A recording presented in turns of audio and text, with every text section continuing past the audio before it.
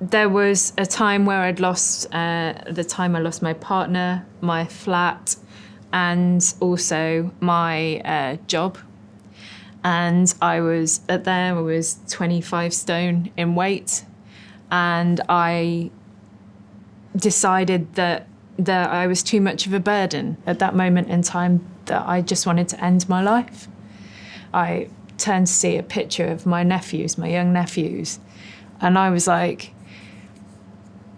I want to see them growing up.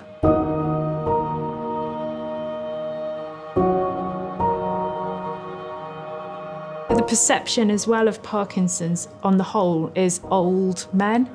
It's not somebody who at the time was 35. In January of 2015, when I got my tremor in my left hand, they referred me to a specialist in London. And then when I got there, he said to me, now, it's not a Parkinson's tremor, and he made me draw a snail with the left hand, and the left hand snail was significantly smaller than the other snail. And then he made me count up to 100 in sevens. Now, for that, I was glad that I was reasonably good at times tables when I was a kid, but I apparently missed some out. And then he said to me, Claire, you've got Parkinson's. And at that point in time, there could have been, Robbie Williams performing live in concert from the waiting room, and I wouldn't have taken it in, I wouldn't have remembered it. And I just cried. My tears, I Kim Kardashian ugly cried.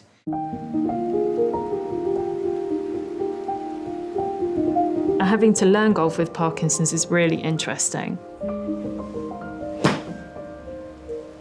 So that's got your straight shot, right to left in the air, but still a little bit ground before ball, yeah? Well, Claire, she came to see me a year and a half ago to learn to play golf as a complete beginner, but she's also got Parkinson's disease, which causes her difficulty in sending connections from her brain to different parts of her body. Fantastic shot, really good, well done. You're trying to learn within muscles that muscle memory. Best description is like a rod, stiff limbs, or you could have a tremor.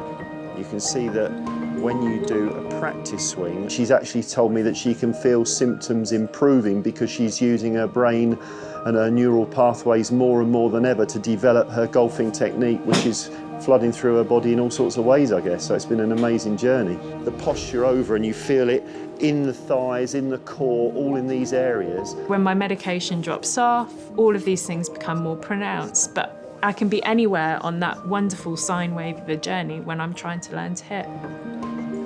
I find that the dopamine hit that you get out of that one perfect shot, if you hit one beautiful shot, you'll keep coming back. Fantastic shot, well done.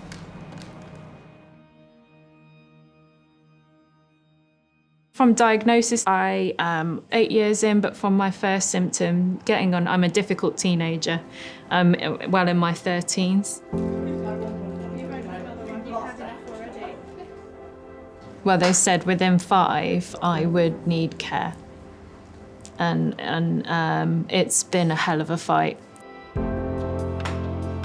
I think that loneliness is the biggest killer in Parkinson's. If you'd said to me, well, in a year and a half years' time, you'll be playing golf, I would have gone, pfft.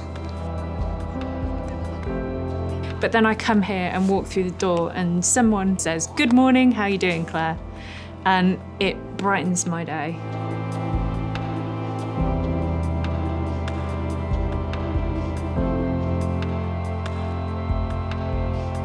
Dave also has Parkinson's. He's phenomenal. He is the most positive person that I know. His love of golf is infectious. And he is set himself a challenge to finish the top 100 golf courses in UK and Ireland, and he's only got 2 to go. I'd love to be able to play a round, full round, and just play it well enough not to embarrass myself. Yeah, that's where I'm at, I think.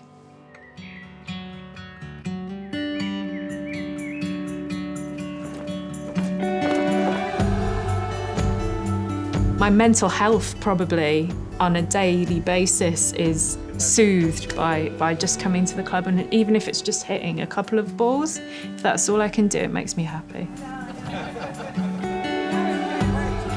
and the camaraderie of people. So for example, when I'm not well enough to be able to walk far, people will come and pick me up from my house and bring me here so that I can play. There's no cure for Parkinson's, so I will focus on enjoying things such as golf, which have a positive effect. It's essential. Golf pivots around my entire life now. I didn't think I'd be alive now. I've realised through golf, trying to put together a way for people with Parkinson's as beginners to join and play golf, that I have a purpose. You know, I have friends and I have value.